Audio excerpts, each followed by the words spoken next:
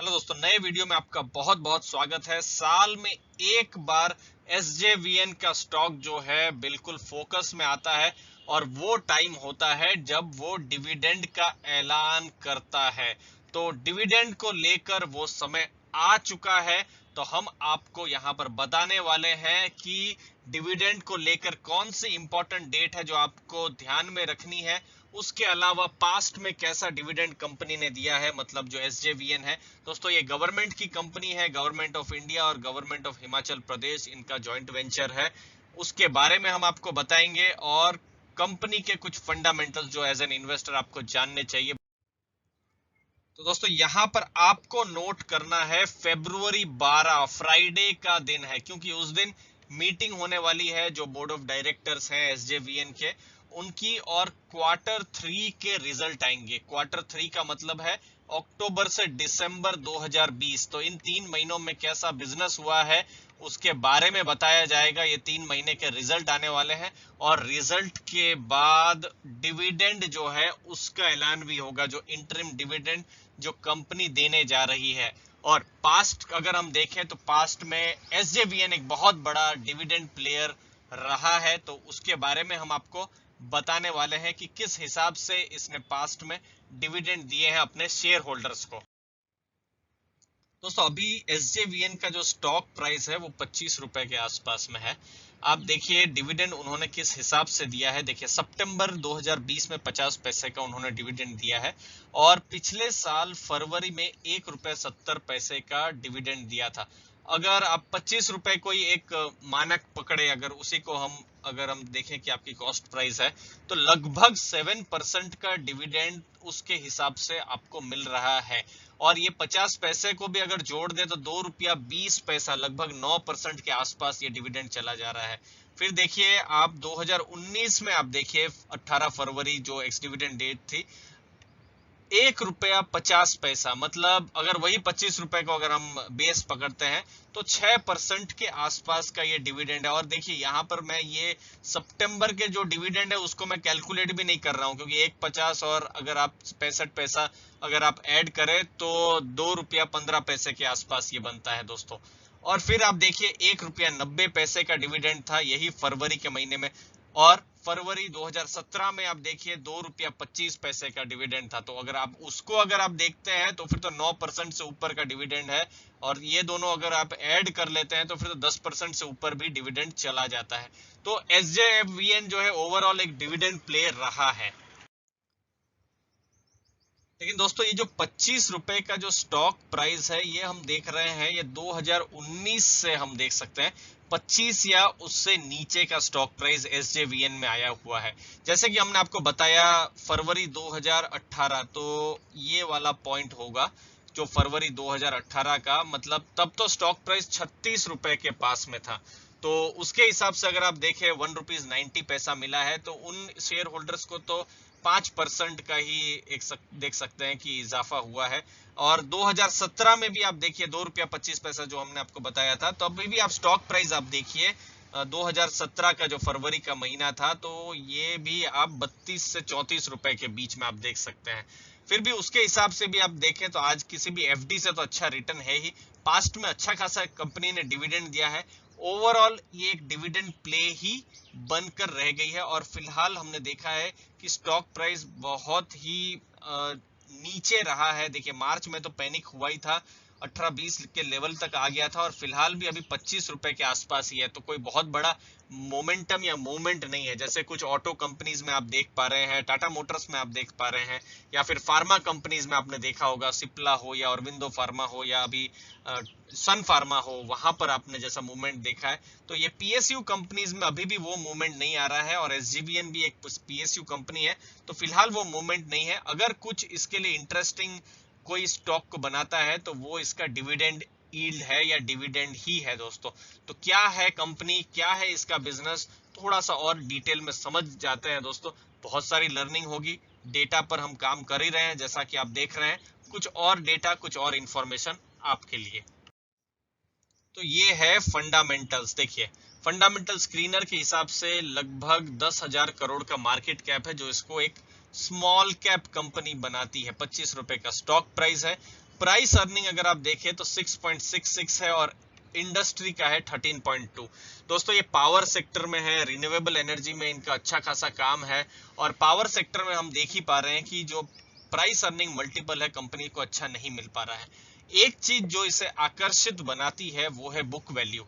Book value जैसे कि हमारे जो पुराने वीडियोस में बहुत ही डिटेल में हमारे सब्सक्राइबर्स जानते ही होंगे, समझ लीजिए कंपनी को बिल्कुल बेचना है और बेचने के बाद एक शेयर की जो वैल्यू रही है, बहुत ही मैं संक्षेप में समझा रहा हूं, वो होती है बुक वैल्यू। तो वो है 31.6 और प्राइस टू बुक वैल्यू अगर आप देखेंगे तो 0.80, ये एक बहुत ही अट्रैक्टिव इसको बनाती है। डिविडेंड यील्ड जैसे कि हमने बताया बहुत अच्छी है, 8.73% जो अभी दिख रहा है। फरवरी में देखते हैं कैसा डिविडेंड आता है तो हमको और ज्यादा डेटा मिलेंगे। मुझे उम्मीद है दोस्तों ये सब डेटा आपके नॉलेज में कंट्रीब्यूट कर रहा होगा। दोस्तों वीडियो को जरूर लाइक शेयर सब्सक्राइब कर दीजिएगा, ऐसे ही इंपॉर्टेंट और इंटरेस्टिंग वीडियो हम बनाते रहते हैं। डेट टू इक्विटी 0.15, ये एक कंफर्ट देता है।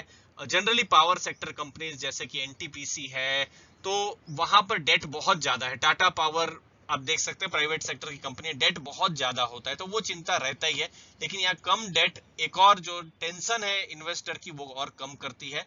तो प्लेज भी बिल्कुल नहीं है, चलिए गवर्नमेंट कंपनी है तो प्लेज है नहीं। Earning before interest tax positive है, फ्री कैश फ्लो पॉजिटिव है। तो अगर ऐसा स्क्रीनर किसी को देखने को मिल जाए दोस्तों, तो मैं बिलीव नहीं करिएगा आप कि कोई भी फंडामेंटल या वैल्यू इन्वेस्टर इसको बिल्कुल छोड़ेगा नहीं। लेकिन फिर भी स्टॉक प्राइस तो बढ़ नहीं रहा है, 3-4 सालों में कम ही हुआ है, तो कुछ तो ऐसा होगा ही जो शायद इन्वेस्टर को खटक रहा होगा। उसको समझने की कोशिश करते हैं, एसजेवीएन के बारे में समझने की कोशिश करते हैं। तो एसजेवीएन देखिए ये एक जॉइंट वेंचर है गवर्नमेंट ऑफ इंडिया और गवर्नमेंट ऑफ हिमाचल प्रदेश। दोस्तों आप में से कोई अगर हिमाचल प्रदेश से ये वीडियो देख रहा है तो जरूर कमेंट सेक्शन में थम्स अप एक कीजिएगा। दोस्तों बहुत ही सुंदर जगह है हिमाचल प्रदेश। तो गवर्नमेंट ऑफ इंडिया और हिमाचल प्रदेश की गवर्नमेंट ये दोनों ने मिलकर एसजेवीएन को बनाया है और जो बाकी का जो हिस्सा है वो पब्लिक के पास है, मतलब आपके पास अगर आप शेयर होल्डर है या म्यूचुअल फंड्स हैं उनके पास में है। करती क्या है काम, इंप्लीमेंट करती है और ऑपरेट करती है पावर प्रोजेक्ट्स को और 7 स्टेट में करती है। तो 7 स्टेट में आप यहाँ पर उत्तराखंड है या फिर हिमाचल प्रदेश तो है ही, यहाँ तक कि गुजरात में भी उन्होंने सितंबर के महीने में मुझे याद आता है कि वहां पर भी एसजेवीएन ने एक प्रोजेक्ट जीता हुआ है गुजरात में जो इतना दूर है। तो वो भी एक चीज है जो एसजेवीएन को आकर्षित बनाती है। लेकिन पावर सेक्टर में ओवरऑल ही देखा जा रहा है कि बहुत ज्यादा इन्वेस्टर्स की रुचि नहीं रही है पिछले 2-3 सालों से। अब ये तो कुछ इंपॉर्टेंट बातें हमने आपको बताई, अब परफॉर्मेंस के बारे में जानते हैं दोस्तों कि क्या है, क्या परफॉर्मेंस में कुछ कमी रह गई है जो एसजेवीएन को इन्वेस्टर्स पसंद शायद नहीं कर पा रहे हैं। तो दोस्तों ये है सेल्स, प्रॉफिट और स्टॉक प्राइस और रिटर्न ऑन इक्विटी। आप 5 साल में सेल्स ग्रोथ देखिए बिल्कुल नहीं है एसजेवीएन का। 5 साल में प्रॉफिट ग्रोथ आप देखिए एसजेवीएन का बिल्कुल ही नहीं है, -1% है। ये देखिए 3 साल में अगर आप प्रॉफिट ग्रोथ देखें तो 2% है, ये भी बिल्कुल ना के बराबर। 3 साल में सेल्स ग्रोथ भी अगर आप देखें तो ये 0% है। तो दोस्तों मार्केट कहीं ना कहीं ऐसा नहीं है कि बिल्कुल इलॉजिकल है। अगर सेल्स नहीं है, प्रॉफिट नहीं है, ग्रोथ नहीं है तो स्टॉक का प्राइस दोस्तों कैसे बढ़ेगा। 3 साल स्टॉक का प्राइस नेगेटिव है जो हमने देखा, 35-36 में भी इसको हमने देखा है। अच्छा खासा ये स्टॉक जो था वहां पर उस लेवल पर ट्रेड कर रहा था 5 साल पहले, और अभी का स्टॉक प्राइस में देखिए अभी भी नेगेटिव है।